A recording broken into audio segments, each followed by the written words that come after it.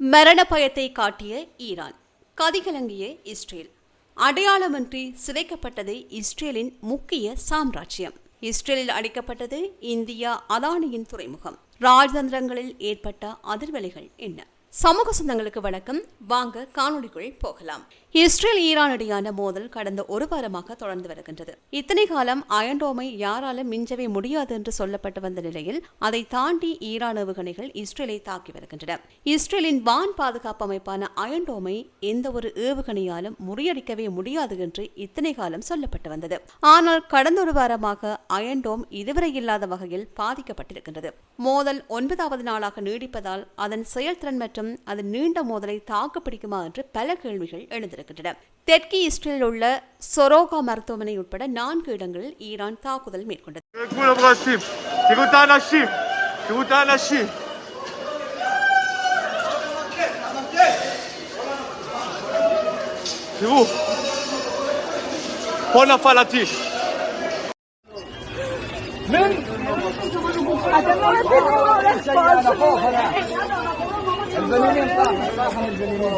இதில் கவனிக்க வேண்டிய விடயம் என்னவென்றால், இஸ்ரேலின் வான் பாதுகாப்பு அமைப்பை தாண்டி ஈரானின் ஏவுகணைகள் அந்த மருத்துவமனையை தாக்கியுள்ளன. மேலும் சில ஏவுகணைகள் இஸ்ரேல் வான் பாதுகாப்பை மீறி செல்லும் காட்சிகளும் இணையத்தில் வெளியாகியுள்ளன. இந்த நிலையில் இது தொடர்பாக இஸ்ரேல் பாதுகாப்பு மற்றும் பாதுகாப்பு மன்றத்தின் தலைவரான ஓய்வு பெற்ற பிரிகேடியர் ஜெனரல் அமீர் அபிபி பிரபல ஆங்கில ஊடகத்திற்கு ஒரு நேர்காணல் வழங்கியிருக்கின்றார். அதில் அயன்டோம் அழுத்தத்தில் இருக்கின்றது உண்மை என்று ஒப்புக்கொண்டுள்ளார். ஆனால் அதன் செயல்திறனில் எந்த பெரிய பாதிப்பும் இல்லை என்று கூறுகின்றார். இஸ்ரேல் வான் பாதுகாப்பு அமைப்பில் அயன்டோம் மட்டுமில்லை, குறிப்பாக நீண்ட தூரத்திலிருந்து ஏவப்படுகின்ற ஏவுகணைகள் அரோ 3 என்ற அமைப்பு மூலம் இடைமறிக்கப்படுகின்றன.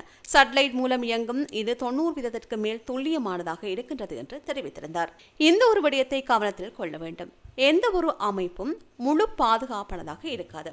100% பாதுகாப்பை எட்டுவது கிட்டத்தட்ட முடியாத காரியம். ஒரு ஏவுகணை வந்தாலும் உடனடியாக இஸ்ரேல் பல அடுக்கு பாதுகாப்பில் இயங்கும்.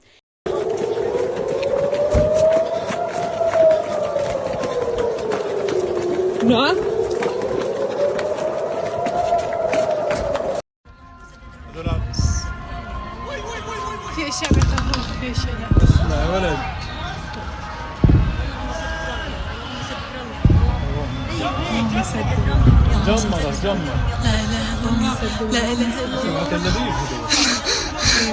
يا ريت இதுபோன்ற சந்தர்ப்பங்களில் பொதுமக்கள் பதுங்கு குழிகளுக்குள் செல்ல வேண்டும். ஒருவேளை ஈரானின் தாக்குதல்களினால் அயன்டோம் பாதிப்படைந்தால் இஸ்ரேலின் நிலை யோகிக்க முடியாதாக இருக்கும் என்று எதிர்ப்பு கூறப்படுகின்றது. அந்த வகையில் உலகளவில் பேசு பொருளாக மாறியுள்ள ஈரான் இஸ்ரேல் போர் நாளுக்கு நாள் தீவிரமாகிக் கொண்டிருக்கின்றது. இந்த போர் காரணமாக மத்திய கிழக்கு நாடுகளில் உள்ள மக்களினுடைய இயல்பு வாழ்க்கை தான் ஆரம்பத்தில் பாதிக்க தொடங்கியது. தற்போது இந்த போரின் தாக்கம் உலக நாடுகளை சிக்கலுக்குள்ளாக்கியுள்ளது. ஈரான் இஸ்ரேல் போர் தீவிரமாகுவதை குறைக்கின்ற வகையில் உலகளாவிய முக்கிய விஞ்ஞான ஆய்வுத்தளமான இஸ்ரேலின் வைஸ்மன் அறிவியல் நிறுவனம் ஈரான் நடத்திய தாக்குதலில் அளிக்கப்பட்டுள்ளது.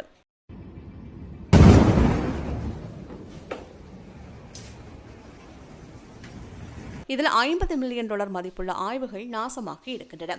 இஸ்ரேலின் ரெஹோவத் பகுதியில் உள்ள இந்த நிறுவனம் நியூரோ வளர்ச்சி குறைபாடுகள், புற்றுநோய் மற்றும் இதய நோய்கள் தொடர்பான ஆய்வுகளின் முன்னணியில் இருந்தது. 2 முக்கிய கட்டடங்கள், 45 ஆய்வுக்கூடங்கள், ஆயிரக்கணக்கான மாதிரிகள் மற்றும் 22 ஆண்டுகளாக சேகரிக்கப்பட்ட விஞ்ஞான தரவுகள் முழுவதுமாக அளிக்கப்பட்டிருக்கின்றது. இந்த ஆய்வகத்தில் 16 ஆண்டுகளாக ஆய்வு பணியில் ஈடுபட்டு வந்த ப்ரோ ஓரன் சொல்டீனர் என்பவர் இது பற்றி கூறுகின்ற போது, என்னுடைய ஆய்வுக்கூடம் முற்றிலும் மண்ணாகி போனது, எதையும் மீட்க இயலாது என்று வருத்தமடைந்தார். இந்த தாக்குதல் இஸ்ரேலின் அறிவியல் மரபுகளுக்கு எதிரான மிகப்பெரிய இழப்பாக பார்க்கப்படுகின்றது. 1934 ஆண்டு நிறுவப்பட்ட வைஸ்மன் நிறுவனம் நோபல் பரிசு பெற்றவர்கள் மற்றும் டூரிங் விருது பெற்றவர்கள் என்று பலரை கொண்டுள்ளது. அத்துடன் இது 1954 ஆண்டு இஸ்ரேலின் முதல் கணனியை உருவாக்கியது. தற்போது அந்த வளாகங்கள் பாழடைந்த கட்டங்களாக மாறிவிட்டன.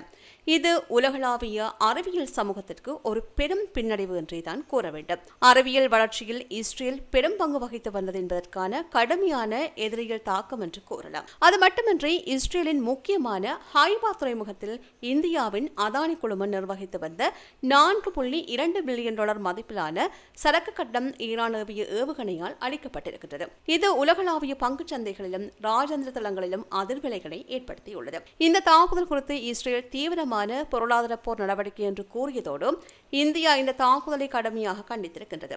அதேவேளை ஈரானுக்கு எதிராக நடவடிக்கை எடுக்க வேண்டும் என்ற கோரிக்கைகள் உலகம் முழுவதும் எழுந்திருக்கின்றன. 2022 ஆண்டு முதல் அதானி குழுமம் நிர்வகித்து வந்த ஹைபா துறைமுகம் இஸ்ரேலின் ஏற்றுமதியின் 30% வரை கையாள முக்கிய கூடமாக இருந்தது. இது இந்திய, மத்திய கிழக்கு, ஐரோப்பா பொருளாதார வழித்தடத்தின் முக்கிய பகுதி என்று கூறப்படுகின்றது.